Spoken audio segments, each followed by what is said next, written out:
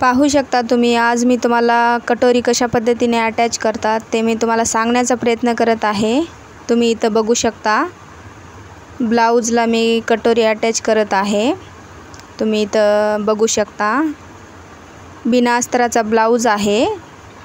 अशा पद्धतीने तुम्ही कटोरी अटॅच करू शकता। गळ्याच्या साईडने व्यवस्थित कटोरी पकडायची, वरच्या साईडने कटोरी पकडायची। ब्लाऊजचा जो कपडा आहे तो खालच्या साईडने घ्यायचा। त्याच्यानंतर त्याच्यावरतून स्टिचिंग करून घ्यायची।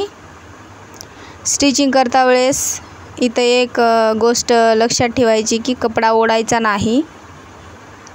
एकदम व्यवस्थितपणे कपडा पकडायचा आणि स्टिचिंग करून घ्यायची। अशा पद्धतीने व्यवस्थित कपडा ठेवल्याच्या नंतर कटोरी जे आहे ते वर खाली होत नाही, व्यवस्थित बसते। कोणता पण कपडा जास्त आणि कमी होत नाही।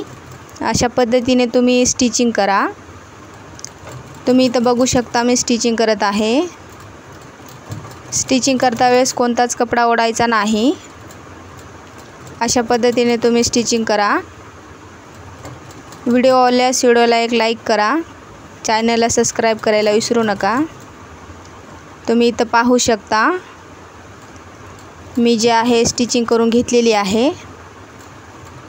कोणताच कपडा वर खाली झालेला नाही, व्यवस्थितपणे मी इथं स्टिचिंग केलेली आहे।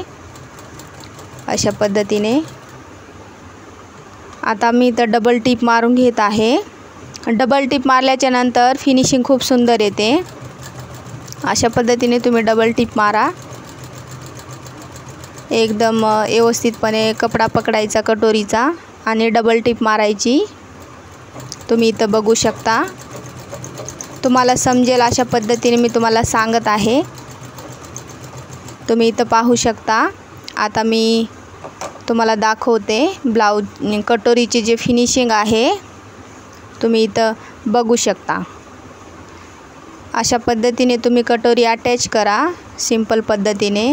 बिना अस्तराचा ब्लाऊज आहे, त्याला आपण कटोरी अटॅच केलेली आहे। तुम्ही इथं बघू शकता, एकदम व्यवस्थित कटोरी बसलेली आहे। कोणताच कपडा वर खाली झालेला नाही। अशा पद्धतीने तुम्ही कटोरी अटॅच करू शकता।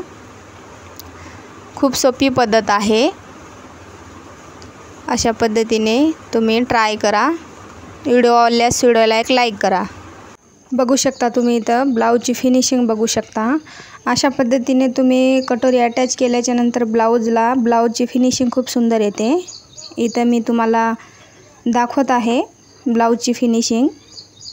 अशा पद्धतीने तुम्ही ब्लाऊज स्टिचिंग करू शकता। खूप सुंदर फिनिशिंग आहे ब्लाऊजची। अशा पद्धतीने तुम्ही कटोरी अटॅच करून बघा।